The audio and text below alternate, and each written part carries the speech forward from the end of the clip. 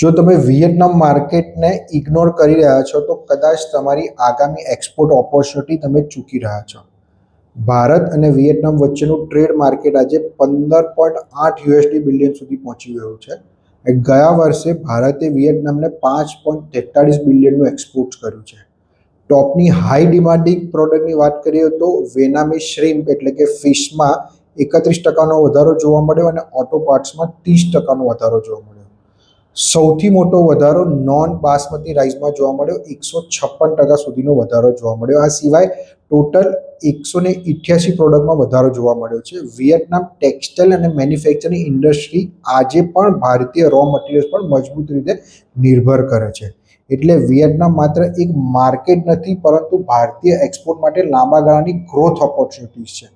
તમે વિયેટનામમાં કઈ product export કરવા માંગો છો કમેન્ટ કરો, અને તમારે 188 પ્રોડક્ટનું લિસ્ટ જોઈતું હોય તો મને ડીએમ કરો, હું તમને PDF મોકલી આપીશ.